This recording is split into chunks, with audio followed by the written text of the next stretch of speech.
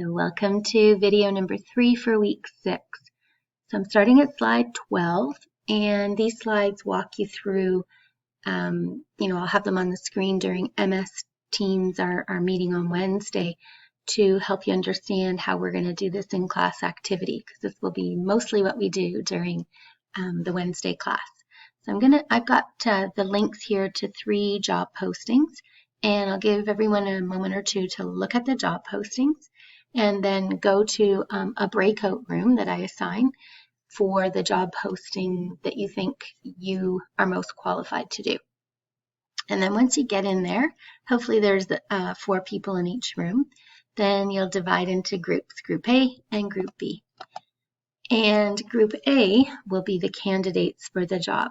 So what they're going to be learning in this activity is how to look at that job posting and decide what questions they're going to be asked and to prepare answers. And they'll kind of go away. And then the 2 people that are remaining are going to look at the job posting, and then based on that job posting, they are going to create a couple of interview questions to help them assess the candidate's employability skills. So remember, those aren't the technical skills, the C# or whatever. We're looking at ones that would allow them to demonstrate some of the employability skills that are required for that job. Then the candidates will come back to the room, and they will, I've already got that in the slides here. Then they will come back to the room, and the hiring committee will interview each candidate individually and take notes and write down specific evidence criteria to help them make a decision about the strengths and weaknesses of each candidate.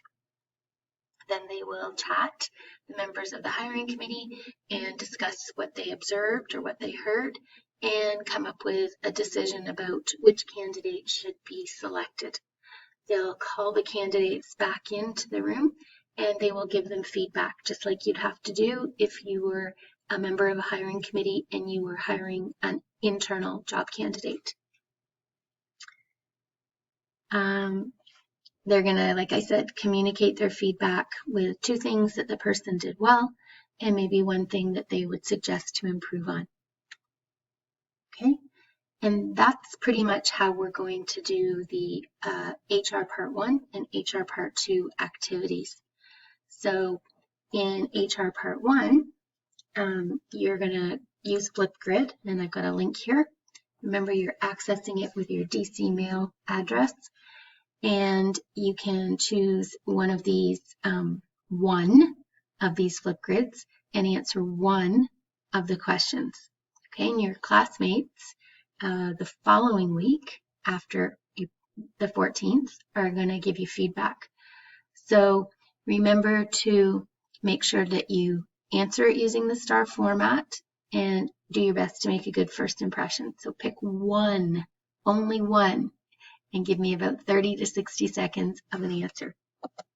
Part 2 of the assignment will happen after everybody's submitted, right? So after the 14th, that's why it can't come in late. So between, I guess, the 15th and February 21st, then you're going to watch the Flipgrid answers, right? Post constructive feedback to 1 candidate of your choice. Okay, ideally choose a student who hasn't received any feedback yet, and don't choose yourself. So you give them that feedback right in Flipgrid. And step 3 is I want you to select the successful candidate because you've watched all of them, and submit your decision to the comments box in the assignment Dropbox and DC Connect, and include the following information: who we should select and explain your decision. And I'd also like you to take a moment or 2 to add a couple of points about what you think are your own personal biases that may impact your choice of candidates.